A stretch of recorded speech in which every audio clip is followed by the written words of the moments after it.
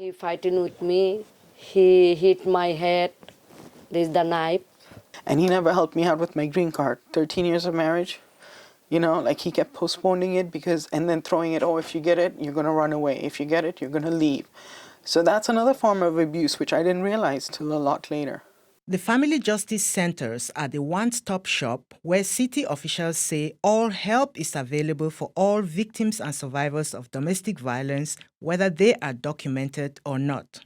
We don't actually ask questions about someone's status until the point at which it becomes relevant in the conversation. So usually that's when we're asking someone whether or not they'd like to meet with an immigration attorney. But there are huge obstacles for those who are undocumented. For an undocumented person, there are hurdles everywhere. Like I think from the day one that they start, everywhere you go, especially with benefits, with the legal system, with the police system, with the job system. I mean, nobody wants to offer a job to a person who doesn't have papers, right? I mean, so the challenges are numerous. It's huge. They no help in nothing because I have a problem. I don't have a social security number. I don't have a work permit.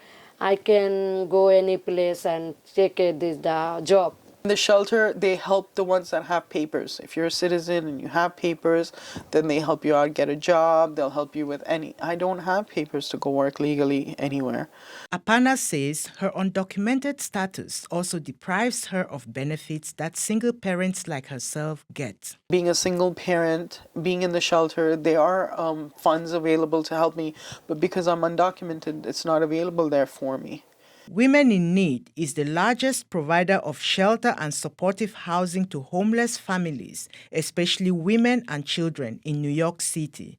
It also shelters victims and survivors of domestic violence. We never ask about citizenship.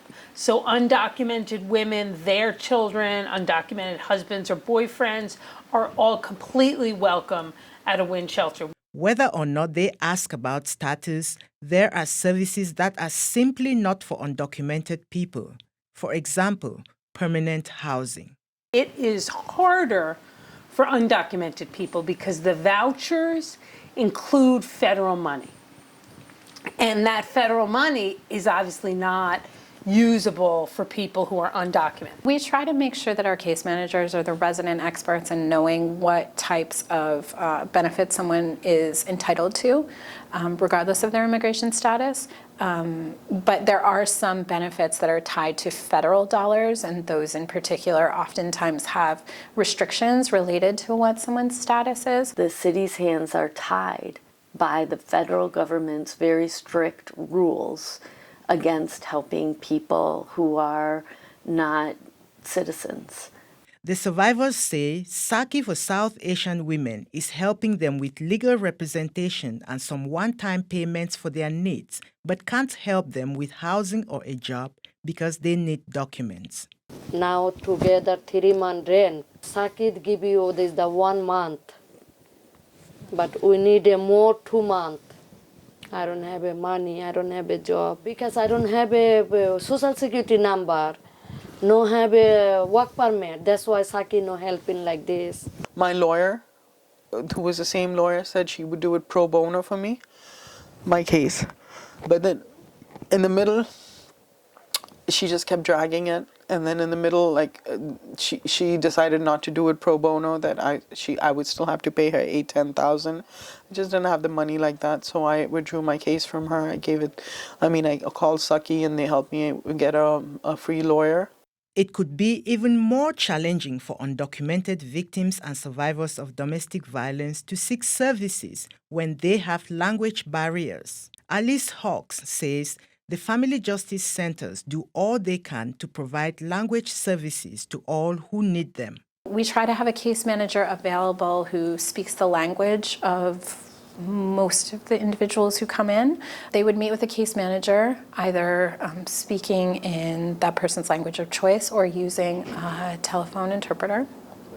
We also have American Sign Language interpreters and certified deaf interpreters that are available if someone prefers to use those methods of communication. But Chatterjee says the family justice centers need to do more. I will say why I would refer a client to Family Justice Center is because if the client is not able to come to me, say the client lives somewhere in Queens and she is not comfortable traveling 2 hours, then I would refer her to Queens Family Justice Center. That is the only reason why I would refer a client to Family Justice Center. And the moment Family Justice Center would discover that the client is not proficient in English, they refer them back to us. So sometimes it's very, very frustrating. I share that concern, and that's why we have oversight hearings to see what the family justice centers are doing and try to bring attention to the fact that they don't necessarily, not only do they,